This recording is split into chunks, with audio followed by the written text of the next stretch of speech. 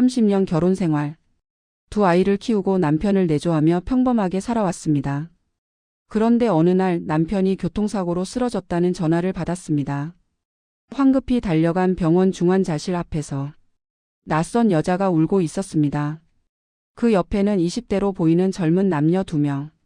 당신은 누구세요? 저는 이 사람 아내입니다. 그 순간 제 30년 인생이 무너졌습니다. 남편은 30년간 이중 생활을 해왔습니다. 서울에는 저와 우리 자녀들, 부산에는 그 여자와 그들의 자녀들. 완벽하게 나누어진 두 개의 인생. 저는 그저 반쪽짜리 아내였던 겁니다. 남편이 깨어났을 때 저는 물었습니다. 30년간 저는 당신한테 뭐였어요? 그리고 시작된 재산과 보험금을 둘러싼 두 가정의 전쟁. 과연 저는 이 싸움에서 이길 수 있을까요? 58세 인생이 거짓이었다는 걸 알게 된 한 여성의 이야기입니다. 30년. 결혼 30주년을 앞둔 어느 봄날이었습니다. 저는 이현숙 58세. 평범한 가정주부였고 제 인생에서 가장 큰 사건이라고는 아이들 대학 보낸 것 정도였습니다. 남편 박민수 60세는 무역회사를 운영했습니다. 서울과 부산을 오가며 30년간 사업을 했고 저는 그것을 당연하게 받아들였습니다. 여보, 이번 주도 부산 출장이야. 금요일 밤에 올게. 남편은 매주 월요일 아침이면 부산으로 내려갔고 금요일 저녁이면 돌아왔습니다. 30년간 변함없는 패턴이었습니다. 주말에는 자상한 남편이었습니다. 아이들과 시간을 보내고 저와 함께 장을 보고 집안일도 거들었습니다. 현수가 고생 많았어. 내가 집에 자주 못 있어서 미안해. 가끔 그렇게 말하며 제 손을 잡아주곤 했습니다. 저는 행복했습니다. 아니, 행복하다고 믿었습니다. 딸 박소희 32세는 작년에 결혼했고 아들 박준영 29세는 대기업에 다니며 독립해서 살고 있었습니다. 이제 남편과 저 둘만의 시간이 시작되는 거였습니다. 그날 아침도 평범했습니다. 여보, 오늘 부산 가는 거 맞지? 응. 오늘은 중요한 미팅이 있어서 일찍 가야 해. 조심히 다녀와요. 저녁은? 부산에서 먹고 금요일에 집에서 같이 먹자. 남편은 서류 가방을 들고 나갔습니다. 평소와 다름없는 월요일 아침이었습니다. 저는 설거지를 하고 청소를 하고 저녁장을 봐놓고 TV를 보며 남편이 무사히 도착했다는 문자를 기다렸습니다. 부산 도착했어. 오늘 바빠서 전화는 못할 것 같아. 늘 오던 문자였습니다. 저는 안심하고 잠자리에 들었습니다. 다음 날도 그 다음 날도 평범했습니다. 그런데 목요일 밤 전화가 왔습니다. 낯선 번호였습니다. 여보세요? 이현숙 씨 되십니까? 젊은 남자 목소리였습니다. 네, 그런데요. 저는 부산대학교 병원 응급실 간호사입니다. 박민수 씨 보호자이신가요? 심장이 철렁 내려앉았습니다. 네네, 제가 아내인데요. 무슨 일이에요? 박민수 씨가 교통사고로 응급실에 계십니다. 빨리 오셔야 할 것 같습니다. 손이 떨렸습니다. 핸드폰을 떨어뜨릴 뻔했습니다. 지금 가겠습니다. 상태가 어떻게 되나요? 의식이 없으신 상태고 지금 수술 준비 중입니다. 빨리 오세요. 전화가 끊겼습니다. 저는 정신없이 옷을 갈아입고 가방을 챙겼습니다. 부산까지는 KTX로 2시간 반. 마지막 열차 시간을 확인하고 집을 뛰쳐나갔습니다. 택시를 타고 서울역으로 가는 동안 손이 계속 떨렸습니다. 여보, 제발 괜찮아야 해요. KTX 안에서 딸 소희에게 전화했습니다. 엄마, 왜요? 이 시간에? 소희야. 아빠가 교통사고 났어. 지금 부산 병원으로 가는 중이야. 뭐요? 아빠가?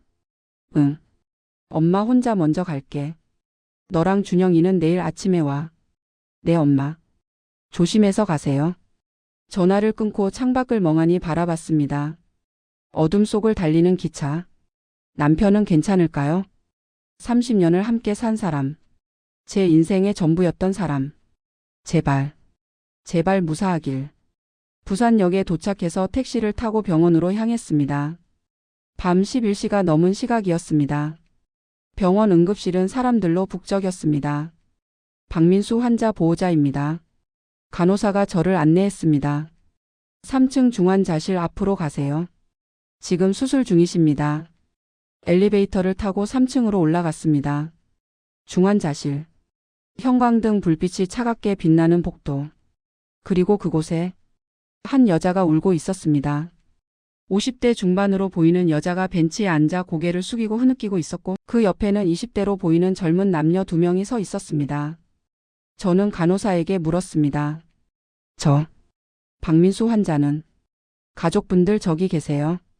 간호사가 그 여자 쪽을 가리켰습니다. 저는 천천히 다가갔습니다. 혹시 가족이세요? 여자가 고개를 들었습니다. 눈이 퉁퉁 부어 있었고 얼굴은 창백했습니다. 네, 저는. 여자가 떨리는 목소리로 대답했습니다. 저는 이 사람 아내입니다. 순간 귀가 멍해졌습니다. 뭐라고요? 네? 무슨 말씀이세요? 저는 어색하게 웃으며 물었습니다. 잘못 들은 거겠죠.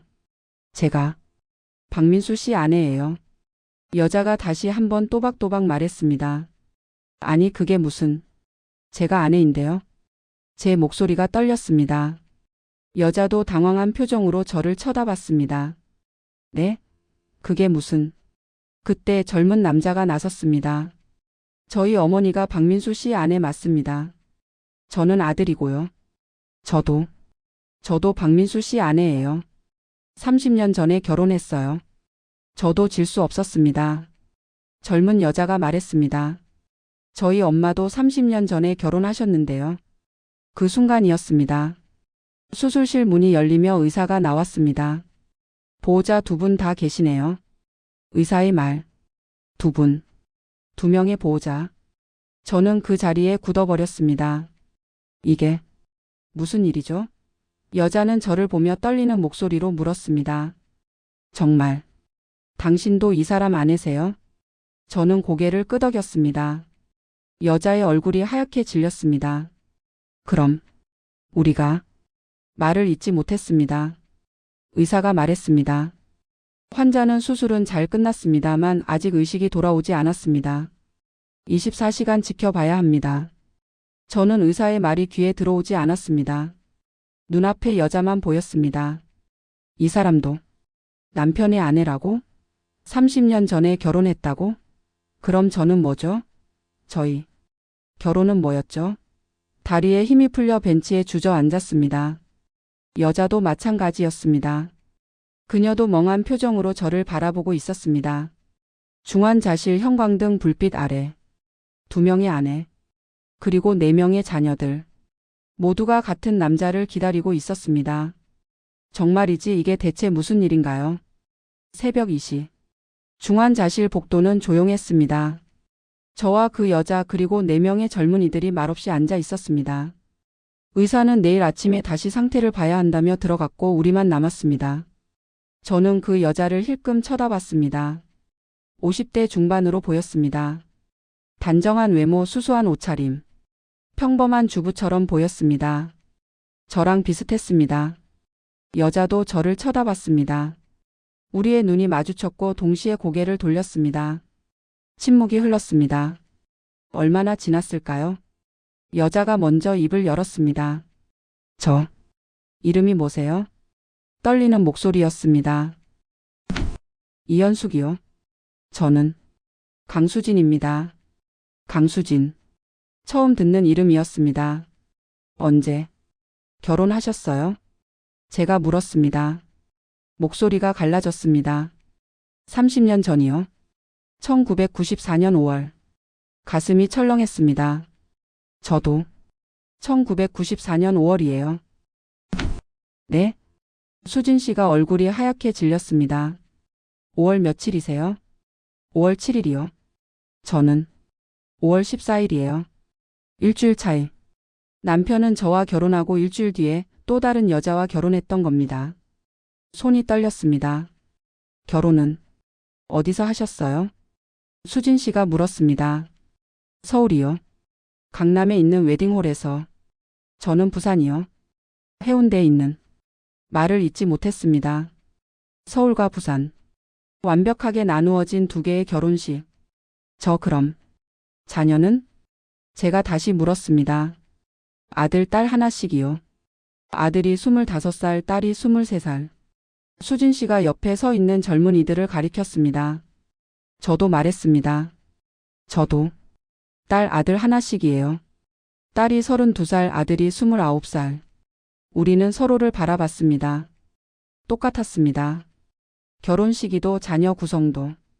다만 제가 일주일 먼저 결혼했고 자녀들이 조금 더 많을 뿐. 그럼 남편은 언제 집에 계셨어요? 제가 떨리는 목소리로 물었습니다. 평일에요. 월요일부터 금요일까지.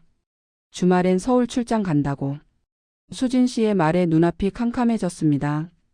저는 반대예요. 주말에만 집에 있었어요. 평일엔 부산 출장이라고. 그 순간 모든 게 명확해졌습니다. 남편은 30년간 완벽하게 두 개의 삶을 살았던 겁니다. 월요일부터 금요일까지는 부산에서 수진 씨와, 주말에는 서울에서 저와. 30년간 단 한 번도 들키지 않고. 저 그럼 사업은 어떻게 하신다고 들으셨어요? 수진 씨가 물었습니다. 무역회사요. 서울과 부산을 오가며 일한다고. 저도 똑같이 들었어요. 우리는 말을 잇지 못했습니다. 복도 끝에서 수진 씨의 아들이 다가왔습니다. 어머니, 저희 아버지가 정말. 젊은이의 목소리가 떨렸습니다. 지훈아, 일단 진정하자. 수진 씨가 아들을 진정시켰습니다. 저도 핸드폰을 꺼내 딸 소희에게 문자를 보냈습니다. 소희야, 엄마 지금 너무 혼란스러워. 내일 오면 얘기할게. 아빠는 수술 잘 끝났어. 곧 답장이 왔습니다. 엄마, 무슨 일 있어요? 목소리가 이상해요. 괜찮아. 내일 보자. 더 이상 문자를 주고받을 수 없었습니다. 뭐라고 설명해야 할지 알 수 없었으니까요. 새벽 4시쯤 수진 씨가 조용히 말했습니다. 저 화장실 다녀올게요. 수진 씨가 자리를 뜨자 저는 혼자 남았습니다. 아니, 혼자가 아니었습니다. 수진 씨의 자녀들이 멀찌감치 앉아 있었으니까요. 저는 그들을 바라봤습니다. 아들은 아버지를 닮았습니다. 딸은 어머니를 닮았고요. 우리 딸 소희도 남편을 닮았습니다. 아들 준영이는 저를 닮았고요. 그 애들도 피해자겠죠. 아버지가 30년간 거짓말쟁이였다는 걸 알게 된 그때 수진 씨가 돌아왔습니다. 그런데 표정이 더 굳어 있었습니다. 저 지금 남편 핸드폰 확인해 봤는데 수진 씨가 스마트폰을 꺼내 보여주었습니다. 비밀번호를 알아서 카카오톡을 확인했더니 화면에는 두 개의 카카오톡 계정이 있었습니다. 하나는 박민수 서울, 하나는 박민수 부산. 프로필 사진도 다르고 친구 목록도 완전히 달라요. 수진 씨의 손이 떨렸습니다. 연락처도요. 두 개예요. 서울용, 부산용. 저는 말을 잃었습니다. 얼마나 치밀하게 준비했으면, 30년간 단 한 번도 실수하지 않으려면 얼마나 조심했어야 했을까요? 저 혹시 남편이 다른 여자 있는 것 같다고 의심해 본 적 있으세요? 제가 물었습니다. 수진 씨는 고개를 저었습니다. 한 번도요. 평일엔 항상 집에 있었고 주말엔 서울 출장이라고 했으니까 의심할 이유가 없었어요. 저도요. 주말엔 항상 집에 왔고 자상했어요. 아이들도 잘 챙기고. 우리는 동시에 한숨을 쉬었습니다. 저 그럼 명절은요? 설이나 추석? 제가 물었습니다. 번갈아 왔어요. 작년 설은 집에 있었고 추석은 서울 출장이라고. 올해 설은 출장이었고. 저희도 번갈아요. 작년 설은 부산 출장이라고 했고 추석은 함께 보냈어요. 완벽했습니다. 명절도 기념일도 자녀들 행사도. 모든 것을 완벽하게 나누어 살았던 겁니다. 새벽 5시. 동이 트기 시작했습니다. 저는 창밖을 바라봤습니다. 30년. 제 인생 전부였던 30년이 거짓이었다니. 눈물이 흘렀습니다. 소리 없이 멈출 수 없이. 수진 씨도 울고 있었습니다. 우리는 서로를 보지 못한 척했습니다. 같은 남자에게 속은 두 여자. 30년간 반쪽짜리 아내로 살았던 두 여자. 아침 7시 딸 소희와 아들 준영이가 도착했습니다. 엄마. 소희가 저를 안았습니다. 아빠는요? 수술은 잘 끝났는데. 아직 의식이. 말을 잇지 못했습니다. 소희가 수진 씨와 그녀의 자녀들을 보았습니다. 엄마, 저 사람들은 누구예요? 저는 딸을 따로 불러내 복도 끝으로 갔습니다. 소희야, 엄마가 할 말이 있어. 왜요? 무슨 일이에요? 아빠가 목이 메었습니다. 아빠가 어떡해요? 아빠가 30년간 두 가정을 꾸렸어. 네? 소희의 얼굴이 하얗게 질렸습니다. 저 여자가 아빠의 또 다른 아내야. 30년 전에 결혼했대. 그게 무슨... 소희가 비틀거렸습니다. 제가 딸을 붙잡았습니다. 엄마, 농담이죠? 아니야. 소희는 한참을 말없이 서 있다가 갑자기 중환자실 쪽으로 걸어갔습니다. 소희야. 소희는 수진 씨 앞에 섰습니다. 정말 우리 아버지 아내세요? 수진 씨는 고개를 끄덕였습니다. 죄송합니다. 저도 오늘 알았어요. 소희가 그 자리에 주저앉았습니다.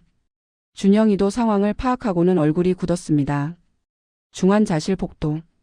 두 가정이 함께 앉아 같은 남자를 기다리고 있었습니다. 그리고 저는 생각했습니다. 30년간 저는 도대체 뭐였을까요? 오전 10시 의사가 나왔습니다. 환자 의식이 돌아왔습니다. 하지만 아직 많이 약하니 한 분씩만 잠깐 들어가세요. 저와 수진 씨가 서로를 쳐다봤습니다. 누가 먼저 들어갈까요? 결국 수진 씨가 먼저 들어갔습니다. 저는 복도에서 기다렸습니다. 10분 후 수진 씨가 나왔습니다. 얼굴이 벌겋게 달아올라 있었고 눈물 자국이 있었습니다. 들어가세요. 수진 씨가 짧게 말했습니다. 저는 중환자실로 들어갔습니다. 하얀 침대에 남편이 누워 있었습니다. 온몸에 튜브가 연결되어 있었고 얼굴은 창백했습니다. 남편이 저를 보더니 눈을 감았습니다. 여보. 제가 침대 옆에 섰습니다. 남편은 눈을 뜨지 않았습니다. 나봐요. 박민수 씨. 남편이 천천히 눈을 떴습니다. 눈빛에 죄책감이 가득했습니다. 미안해. 남편의 첫 마디였습니다. 30년간. 저는 당신한테 뭐였어요? 제 목소리가 떨렸습니다. 미안해. 미안하다고요? 그게 지금 할 말이에요? 내가 잘못했어. 왜요? 왜 그렇게 살았어요? 남편은 대답하지 않았습니다. 고개를 돌렸습니다. 강수진 씨는 누구예요? 30년 전에 결혼했다던데? 그냥이요? 설명하기. 어려워. 어려우면 어때요? 지금 설명 안 하면 언제 해요? 제 목소리가 높아졌습니다. 간호사가 들어왔습니다. 보호자님, 환자가 흥분하면 안 돼요. 저는 병실을 나왔습니다. 복도에서 수진 씨가 기다리고 있었습니다. 뭐래요? 미안하다고만. 저한테도 똑같이 말하더라고요. 우리는 벤치에 나란히 앉았습니다. 저 이제 어떻게 해야 할까요? 수진 씨가 물었습니다. 모르겠어요. 정말 모르겠어요. 그때 제 핸드폰이 울렸습니다. 딸 소희였습니다. 엄마, 지금 집에 와 있어요. 엄마 얘기 듣고 아빠 서재 좀 뒤져봤는데. 뭐? 엄마, 이거 봐야 할 것 같아요. 저는 수진 씨에게 말했습니다. 저 잠깐 서울 집에 다녀올게요. 저녁쯤 다시 올게요. 네, 저도 좀 쉬어야 할 것 같아요. KTX를 타고 서울로 돌아왔습니다. 집에 도착하니 소희와 준영이가 거실에 서류를 잔뜩 펼쳐놓고 있었습니다. 엄마, 이거 봐요. 소희가 서류 한 장을 건넸습니다. 주민등록등본이었습니다. 박민수. 서울시 강남구. 이제 이거요. 또 다른 주민등록등본. 박민수. 부산시 해운대구. 2개였습니다. 남편의 주민등록등본이 2개. 불법 아니에요? 이렇게 두 곳에 주민등록을 할 수 있어요? 준영이가 물었습니다. 전입신고를 번갈아 한 것 같아요. 서울에 있다가 부산으로, 부산에 있다가 다시 서울로. 계속 반복하면서요. 소희가 설명했습니다. 그리고 이거. 소희가 통장 사본들을 펼쳐 놓았습니다. 아빠 명의 계좌가 여러 개예요. 근데 입출금 내역 보면 두 가정의 생활비를 따로 보냈어요. 완전히 나눠서요. 머리가 지끈거렸습니다. 그리고 이거. 준영이가 노트북을 보여주었습니다. 아빠 이메일 계정도 2개예요. 하나는 서울용, 하나는 부산용. SNS도 2개고요. 얼마나 치밀하게 계획했으면. 30년간 단 한 번도 들키지 않으려면 얼마나 조심했어야 했을까요? 엄마, 이거 법적으로 문제되는 거 아니에요? 중혼이잖아요. 소희가 물었습니다. 그렇겠지. 저는 소파에 주저앉았습니다. 30년. 제가 알던 남편은 누구였을까요? 주말마다 집에 와서 웃으며 여보 고생 많았어라고 말하던 그 사람. 아이들과 놀아주고 저와 장을 보고 기념일마다 선물을 주던 그 사람. 다 거짓이었나요? 엄마, 이혼해야죠. 소희가 단호하게 말했습니다. 그래야겠지. 재산 분할도 받아야 하고 위자료도 받아야 해요. 아빠가 잘못한 거니까. 준영이도 거들었습니다. 하지만 제 머릿속은 복잡했습니다. 30년을 함께 산 사람. 처음으로 사랑했고 유일하게 사랑했던 사람. 그 사람이 이렇게 끝나는 건가요? 엄마, 괜찮아요? 소희가 제 손을 잡았습니다. 응, 괜찮아. 거짓말이었습니다. 전혀 괜찮지 않았습니다. 그날 밤 저는 잠을 이루지 못했습니다. 결혼식 날을 떠올렸습니다. 순백의 드레스를 입고 남편 옆에 섰던 그날. 첫째 딸 소희를 낳았을 때 남편이 고생했어 여보라며 제 손을 잡아주던 기억. 둘째 아들 준영이를 낳았을 때도 마찬가지였죠. 아이들 돌잔치, 첫돌, 입학식, 졸업식. 모든 순간에 남편이 있었습니다. 그런데 그 모든 순간 남편은 부산에 또 다른 가정이 있었던 겁니다. 또 다른 아내와 또 다른 자녀들과. 눈물이 멈추지 않았습니다. 다음 날 아침 저는 다시 부산으로 향했습니다. 병원에 도착하니 수진 씨가 이미 와 있었습니다. 어제 잘 쉬셨어요? 수진 씨가 물었습니다. 네. 수진 씨는요? 저도요. 근데 잠은 못 잤어요. 우리는 쓸쓸하게 웃었습니다. 저 어제 남편 서재를 뒤져봤는데 제가 가져온 서류들을 보여주었습니다. 저도요. 수진 씨도 비슷한 서류들을 꺼냈습니다. 2개의 주민등록등본, 2개의 통장, 2개의 이메일 계정. 우리는 서류를 나란히 놓고 비교했습니다. 완벽하게 나누어져 있었습니다. 이 사람. 정말 치밀하네요. 수진 씨가 중얼거렸습니다. 30년간. 우리를 완벽하게 속였어요. 제가 대답했습니다. 그때 의사가 나왔습니다. 환자 상태가 많이 좋아졌습니다. 일주일 정도 입원하면 퇴원 가능할 것 같습니다. 저와 수진 씨는 서로를 봤습니다. 퇴원하면 어디로 가죠? 서울? 부산? 아니면 어디로? 3일 후 남편은 일반 병실로 옮겨졌습니다. 의식도 완전히 돌아왔고 말도 할 수 있게 되었습니다. 하지만 저도 수진 씨도 병실에 가지 않았습니다. 대신 우리 자녀들이 교대로 병실을 지켰습니다. 저는 병원 근처 작은 모텔에 방을 잡았고 수진 씨는 자기 집으로 돌아갔습니다. 어느 날 오후 딸 소희가 병원 카페에서 저를 불렀습니다. 엄마, 얘기 좀 해요. 소희의 표정이 심각했습니다. 왜? 무슨 일이야? 제가 부산에 있는 아빠의 또 다른 가족을 만나보고 싶어요. 소희야. 엄마, 저는 알아야 할 것 같아요. 그 사람들이 어떤 사람들인지, 우리랑 뭐가 다른지. 소희의 눈빛이 단호했습니다. 그래. 그럼 엄마도 같이 갈게. 다음 날 저와 소희는 수진 씨에게 연락했습니다. 수진 씨, 저희가 수진 씨 댁에 방문해도 될까요? 이야기 좀 나누고 싶어서요. 네, 오세요. 수진 씨의 집은 해운대 쪽에 있는 아파트였습니다. 30평대 아파트. 저희 서울 집과 비슷한 크기였습니다. 초인종을 누르자 수진 씨가 문을 열어주었습니다. 어서 오세요. 거실에는 수진 씨의 자녀들도 앉아 있었습니다. 아들 박지훈 25세, 딸 박서연 23세. 저희 딸 소희 32세, 아들 준영 29세과 나이 차이가 제법 났습니다. 우리는 어색하게 마주 앉았습니다. 소희가 먼저 입을 열었습니다. 저는 박소희입니다. 이현숙 씨의 딸이고요. 저는 박지훈이요. 강수진 씨의 아들입니다. 서로 소개를 마쳤습니다. 같은 성씨, 박씨, 같은 아버지를 둔 남매들. 하지만 서로를 처음 보는 저. 궁금한 게 있어요. 소희가 말했습니다. 아버지가 어떤 사람이었는지 알고 싶어요. 저희가 알던 아버지와 같은 사람인지. 지훈이 대답했습니다. 우리 아버지는 자상했어요. 평일엔 항상 집에 계셨고 같이 밥 먹고 숙제도 봐주시고. 소희의 표정이 굳었습니다. 우리 아버지도요. 주말엔 항상 집에 계셨어요. 같이 외출도 하고 생일도 챙겨주시고. 둘은 서로를 바라봤습니다. 같은 사람에 대해 이야기하고 있는데 전혀 다른 시간대였습니다.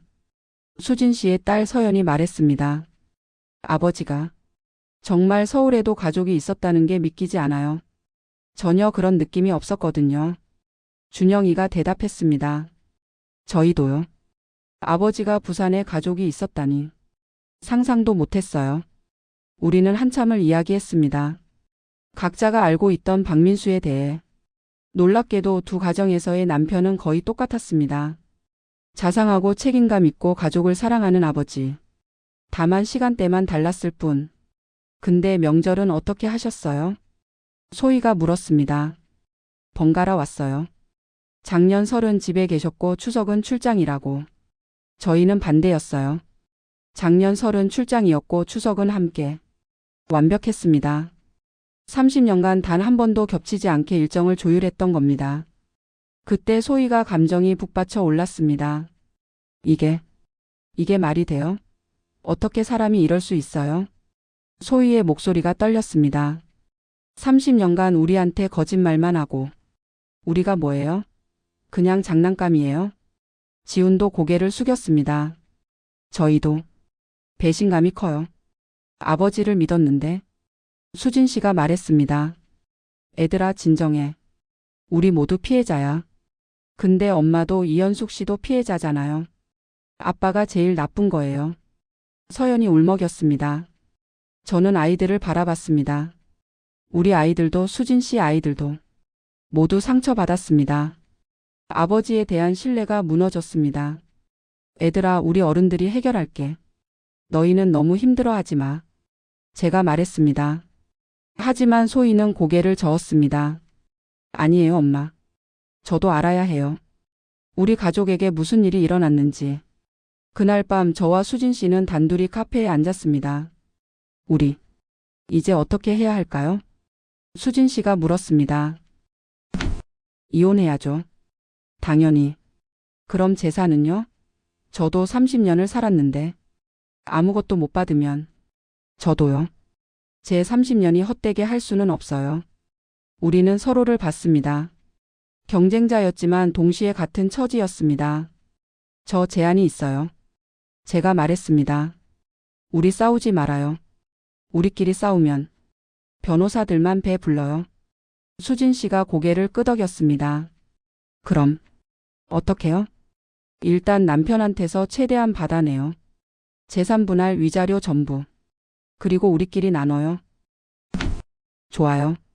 그게 나을 것 같아요. 우리는 악수했습니다. 피해자끼리의 연대. 그날 저는 깨달았습니다. 진짜 적은 남편이지 수진 씨가 아니라는 것을. 일주일 후 남편은 퇴원했습니다. 하지만 갈 곳이 없었습니다. 서울 집에도 부산 집에도 돌아갈 수 없었으니까요. 결국 남편은 병원 근처 작은 고시원에 방을 얻었습니다. 저와 수진 씨는 변호사를 찾아갔습니다. 같은 변호사를요. 두 분 모두 법적으로 배우자입니다. 중혼이지만 두 결혼 모두 법적 효력이 있어요. 변호사가 설명했습니다. 그럼 재산 분할은요? 제가 물었습니다. 남편 명의 재산을 조사해 봐야 합니다. 일단 등기부등본, 금융자산, 사업체 등을 전부 확인하겠습니다. 2주 후 변호사에게서 연락이 왔습니다. 두 분 사무실로 오시겠어요? 조사 결과가 나왔는데 좀 이상해요.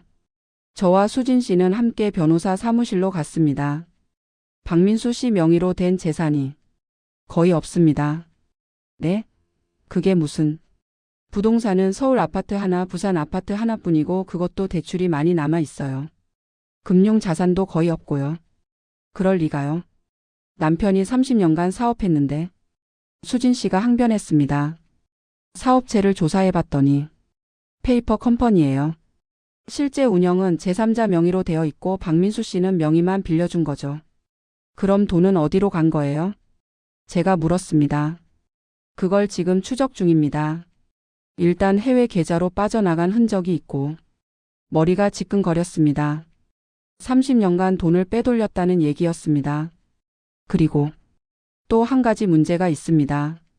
변호사가 조심스럽게 말했습니다. 박민수 씨가 운영하던 회사가 부도 직전입니다. 빚이 약 5억 정도 되고요. 5억? 저와 수진 씨가 동시에 소리쳤습니다. 만약 박민수 씨가 사망하면 두 분이 상속인이니까 빚도 같이 상속됩니다. 상속 포기하셔야 할 수도 있어요.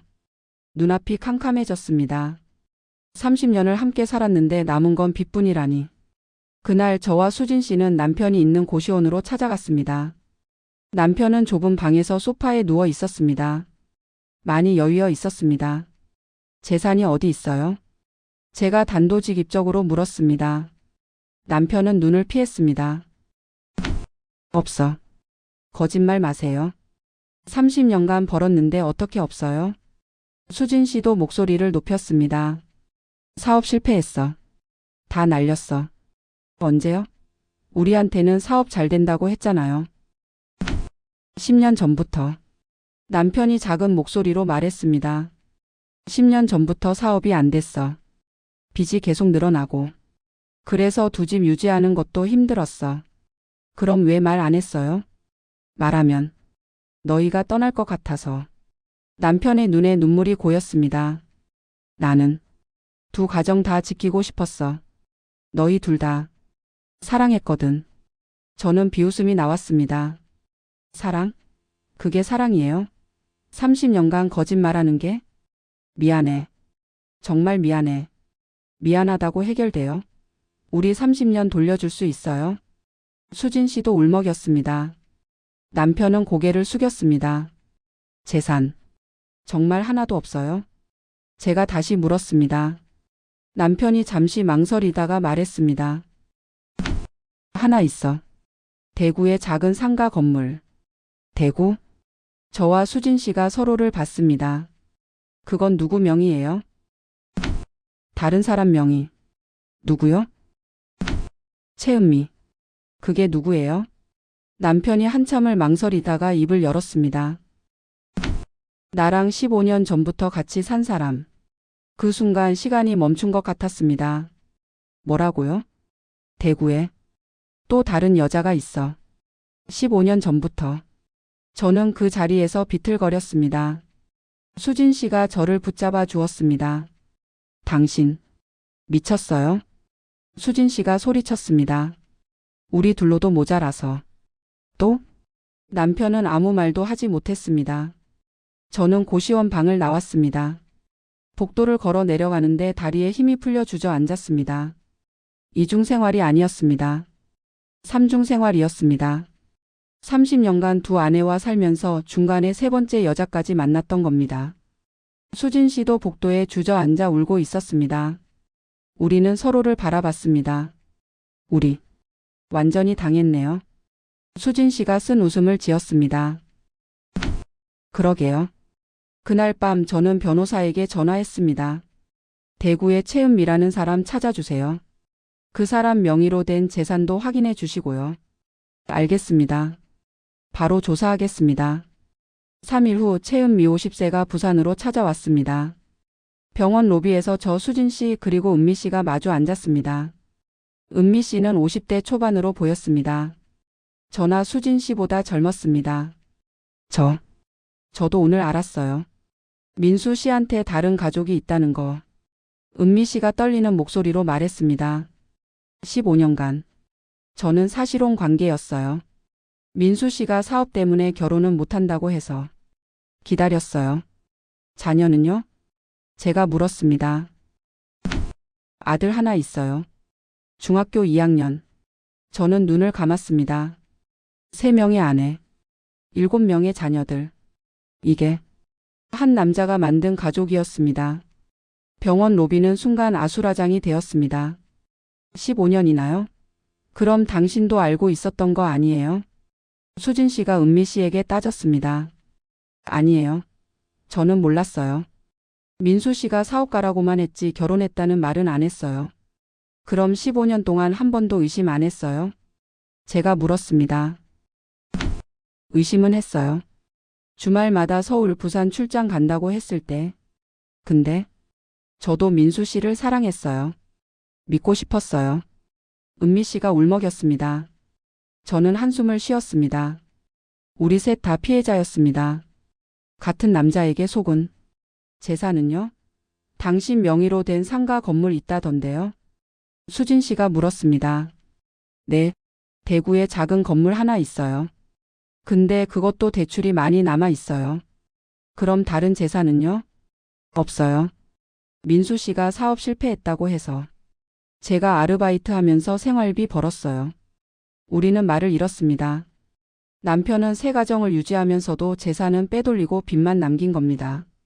그날 저녁 저와 수진 씨, 은미 씨는 함께 남편이 있는 고시원으로 갔습니다. 3명의 아내가 한 방에 모였습니다. 남편은 우리를 보더니 얼굴이 하얗게 질렸습니다. 당신 지금까지 몇 명이랑 살았어요? 제가 물었습니다. 남편은 대답하지 못했습니다. 3명만이에요? 아니면 더 있어요? 수진 씨가 소리쳤습니다. 3명. 왜요? 왜 이렇게 살았어요? 은미 씨도 울먹였습니다. 남편은 한참을 침묵하다가 입을 열었습니다. 처음엔 실수였어. 현숙이랑 결혼하고 일주일 뒤에 부산 출장 갔다가 수진이를 만났어. 첫눈에 반했어. 수진 씨가 비웃음을 쳤습니다. 그래서 일주일 만에 또 결혼했어요. 미안해. 돌이킬 수 없었어. 2사람 다 떠나보낼 수 없었어. 그럼 저는요? 저는 왜 만났어요? 은미 씨가 물었습니다. 15년 전 사업이 어려워질 때쯤 은미를 만났어. 위로가 됐어. 저는 구역질이 났습니다. 그래서 우리 셋한테 거짓말하면서 30년을 산 거예요. 미안해. 정말 미안해. 미안하다고 끝이에요. 우리 인생은 어떡하고요? 제 목소리가 터져 나왔습니다. 제 30년이 뭐예요? 반쪽짜리 아내로 산 30년이 뭐냐고요? 저도요. 저도 30년을 당신만 믿고 살았어요. 수진 씨도 울먹였습니다. 저는 15년을 기다렸어요. 언젠간 결혼할 수 있을 거라고. 은미 씨도 눈물을 흘렸습니다. 남편은 고개를 숙인 채 아무 말도 하지 못했습니다. 저는 남편을 똑바로 쳐다봤습니다. 이혼하겠습니다. 그리고 당신한테서 받을 수 있는 건 다 받아내겠어요. 알았어. 재산 분할 위자료 전부요. 당신이 숨겨놓은 돈도 다 찾아낼 거예요. 없어. 정말 없어. 거짓말 마세요. 30년간 번 돈이 다 어디 갔어요? 해외 계좌에 좀 있어. 근데 많지 않아. 수진 씨가 냉소를 지었습니다. 그것까지 다 찾아낼 거예요. 변호사 통해서요. 우리는 고시원 방을 나왔습니다. 밖에서 3명이 서로를 바라봤습니다. 우리 어떻게 해야 할까요? 은미 씨가 물었습니다. 저는 한참을 생각하다가 말했습니다. 우리끼리 싸우면 안 돼요. 우리가 진짜 받아내야 할 사람은 저 남자예요. 수진 씨가 고개를 끄덕였습니다. 맞아요. 우리가 연대해야 해요. 저도 같이 할게요. 저도 피해자니까요. 은미 씨도 동의했습니다. 그날 밤 3명의 여자는 카페에 앉아 작전을 짰습니다. 일단 남편 명의 재산부터 전부 확인해요. 숨긴 것도 다 찾아내고요. 제가 말했습니다. 해외 계좌도 추적하고 페이퍼 컴퍼니도 다 파헤쳐야 해요. 수진 씨가 덧붙였습니다. 저도 도울게요. 민수 씨가 제 명의로 만든 것들도 있을 거예요. 은미 씨가 말했습니다. 우리는 악수했습니다. 피해자들의 연대. 3명의 여자가 한 남자에게 맞서는 싸움이 시작되었습니다. 2개월 후 법정.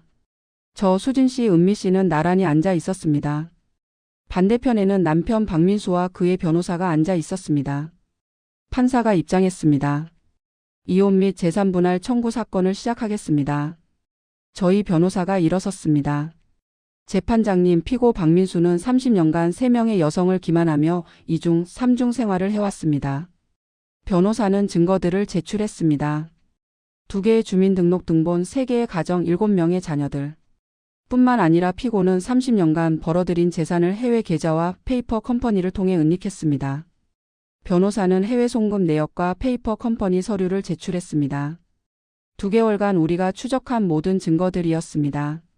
남편의 얼굴이 점점 굳어졌습니다. 피고는 3명의 여성에게 각각 유일한 아내라고 속이며 생활비를 받아내고 그 돈으로 다른 여성들과의 생활을 유지했습니다. 판사가 남편을 쳐다봤습니다. 피고, 이게 사실입니까? 남편은 고개를 숙였습니다. 네. 30년간 3명의 여성을 속였다는 말입니까? 네. 법정이 술렁거렸습니다. 판사가 서류를 넘기며 말했습니다. 피고의 행위는 중혼이며 사기이고 악의적입니다. 3명의 원고들은 각각 법적 배우자로서의 권리를 갖습니다. 남편의 변호사가 일어섰습니다. 재판장님, 하지만 피고의 재산이 거의 없습니다. 회사는 부도 직전이고. 저희 변호사가 말을 끊었습니다. 그렇지 않습니다. 피고는 해외 계좌에 약 10억 원, 페이퍼 컴퍼니를 통해 약 5억 원을 은닉했습니다. 변호사는 은행 거래 내역을 제출했습니다. 남편의 얼굴이 하얗게 질렸습니다. 이 돈은 3명의 원고들이 생활비로 준 돈, 그리고 피고가 새 가정을 유지하며 벌어들인 돈입니다. 판사가 고개를 끄덕였습니다.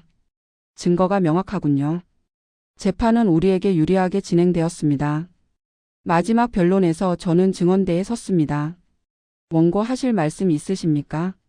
판사가 물었습니다. 저는 남편을 똑바로 쳐다보며 말했습니다. 저는 30년간 박민수를 사랑했습니다. 아니, 사랑한다고 믿었습니다. 남편은 고개를 숙였습니다. 주말마다 집에 오는 남편을 기다렸고 돌아갈 때는 배웅했습니다. 부산 출장 잘 다녀오라고, 조심하라고. 목이 메었습니다. 근데 그 모든 시간이 거짓이었습니다. 남편은 부산에 또 다른 아내와 자녀들이 있었고 나중에는 대구에도 여자가 있었습니다. 제 30년이 뭡니까? 반쪽짜리 아내로 산 30년이 뭐냐고요? 제 목소리가 떨렸습니다. 저는 온전한 사랑을 받을 자격이 있었습니다. 온전한 결혼 생활을 할 자격이 있었습니다. 근데 박민수는 저한테서 그 30년을 빼앗아갔습니다. 판사가 고개를 끄덕였습니다. 수진 씨도 증언했습니다. 저도 마찬가지입니다. 30년간 남편을 믿었고 평일마다 함께했습니다. 근데 주말마다 서울에 또 다른 가정이 있었습니다. 은미 씨도 증언했습니다. 저는 15년을 기다렸습니다. 언젠간 결혼할 수 있을 거라고. 근데 그게 다 거짓말이었습니다.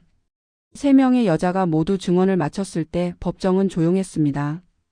판사가 최종 판결을 내렸습니다. 피고 박민수의 행위는 30년간 3명의 여성을 기만한 악의적 행위로 인정됩니다. 이에 피고는 3명의 원고들에게 각각 재산분할과 위자료를 지급하도록 명합니다. 은닉 재산 15억 원은 3명의 원고들에게 균등 분할하고 추가로 위자료 각 5천만 원씩 지급하도록 합니다. 남편은 고개를 떨구었습니다. 법정을 나서는데 수진 씨가 제 손을 잡았습니다. 현숙 씨, 우리 이겼어요. 저는 고개를 끄덕였습니다. 네, 이겼네요. 은미 씨도 우리에게 다가왔습니다. 저 두 분한테 정말 미안해요. 제가 끼어들어서. 수진 씨가 은미 씨의 손을 잡았습니다. 아니에요. 우리 모두 피해자예요. 당신 잘못이 아니에요. 저도 은미 씨를 안아주었습니다. 우리 모두 새 출발해요.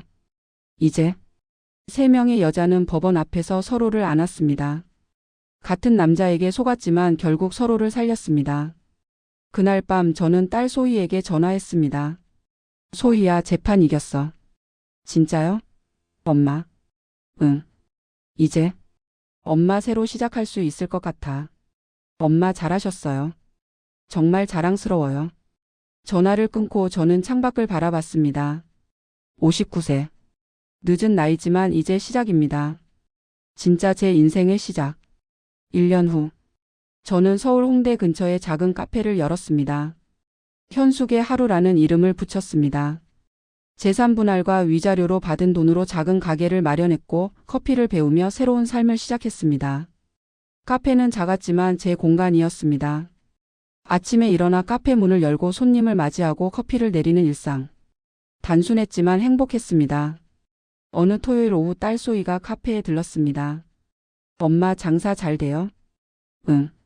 단골 손님들도 생기고 조금씩 나아지고 있어. 소희가 카페를 둘러봤습니다. 엄마 카페 분위기 정말 좋아요. 아늑하고. 그치? 엄마가 좋아하는 느낌으로 꾸몄어. 벽에는 제가 찍은 사진들이 걸려 있었습니다. 서울의 골목길, 공원의 나무들, 카페에 온 손님들의 웃는 얼굴. 엄마 요즘 표정이 정말 좋아졌어요. 소희가 말했습니다. 그래? 네. 예전엔 항상 피곤해 보이셨는데 지금은 진짜 편안해 보여요. 저는 딸의 손을 잡았습니다. 소희야 고마워. 그때 엄마 편 들어줘서. 당연하죠. 엄마 인생은 엄마 거잖아요. 그날 저녁 수진 씨에게서 전화가 왔습니다. 현숙 씨 저예요. 아 수진 씨. 잘 지내요? 네. 저 부산에서 작은 꽃집 열었어요. 진짜요? 축하해요. 고마워요. 현숙 씨도 카페 잘 되고 있다며요? 네, 조금씩요. 우리는 잠시 침묵했습니다. 현숙 씨 우리 악연으로 만났지만 결국 서로를 살렸네요. 그러게요. 우리 연대하지 않았으면 아마 아무것도 못 받았을 거예요. 맞아요. 이제 가끔 연락하며 지내요. 우리 그럽시다. 전화를 끊고 저는 미소를 지었습니다. 며칠 후 은미 씨에게서도 문자가 왔습니다. 현숙 씨, 수진 씨, 저 대구에서 작은 베이커리 열었어요. 나중에 놀러 오세요. 빵 대접할게요. 저는 답장을 보냈습니다. 축하해요, 은미 씨. 꼭 갈게요. 저희 카페와 꽃집도 놀러 오세요. 3명의 여자. 같은 남자에게 속았지만 각자의 자리에서 새 출발을 했습니다. 어느 날 아들 준영이가 카페에 들렀습니다. 엄마 아빠가 연락했어요. 그래?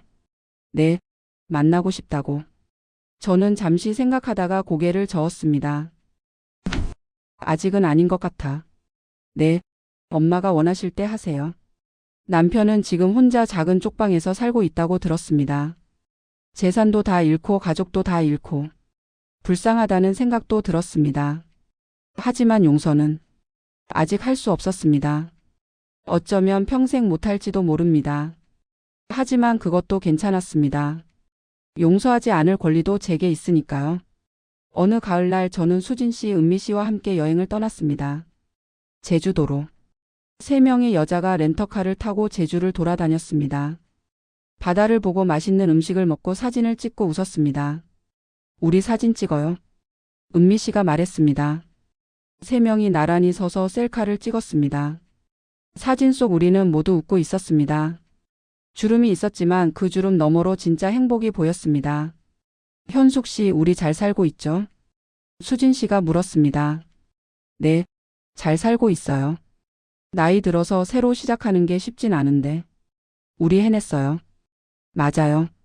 59세, 54세, 50세. 늦었지만 괜찮아요. 은미 씨가 말했습니다. 그날 밤 숙소에서 저는 거울을 봤습니다. 59세의 이현숙. 주름이 늘었고 머리는 희끗희끗했지만 눈빛은 맑았습니다. 1년 전과는 완전히 달랐습니다. 그때는 절망과 배신감으로 가득했지만 지금은 희망이 보였습니다. 저는 거울 속 제 눈을 똑바로 바라보며 말했습니다. 잘했어. 정말 잘했어. 59세의 새 출발. 완벽하지 않았습니다. 여전히 경제적으로 빠듯했고 가끔 외로움도 찾아왔습니다. 남편에 대한 배신감도 완전히 사라지지 않았습니다. 하지만 그럼에도 불구하고 저는 행복했습니다. 왜냐하면 이제는 제 인생이 제 것이었으니까요. 거짓 없이 온전하게 제 이름으로. 그것으로 충분했습니다. 카페로 돌아온 후 저는 벽에 사진 한 장을 더 걸었습니다. 제주도에서 찍은 3명의 여자 사진. 수진 씨, 은미 씨, 그리고 저. 사진 밑에 작은 문구를 적었습니다. 배신 속에서도 우리는 서로를 살렸습니다. 59세, 54세, 50세의 새로운 시작. 그날 저녁 한 여성 손님이 사진을 보더니 물었습니다. 사장님, 이 사진 속 분들은 누구세요? 제 친구들이요. 친구요? 세 분 다 표정이 너무 좋으세요. 네. 힘든 시기를 함께 이겨낸 친구들이에요. 멋지시네요. 손님이 미소를 지었습니다. 저도 미소를 지었습니다. 그리고 생각했습니다. 인생은 언제든 다시 시작할 수 있다는 것을. 59세라고 늦은 게 아니라는 것을. 중요한 건 나이가 아니라 다시 일어설 용기라는 것을. 그리고 혼자가 아니라 함께라는 것을. 저녁 해가 카페 창문으로 비쳐 들어왔습니다. 따뜻한 빛이 카페를 가득 채웠습니다. 저는 창밖을 바라보며 작은 목소리로 중얼거렸습니다. 이제 시작이야.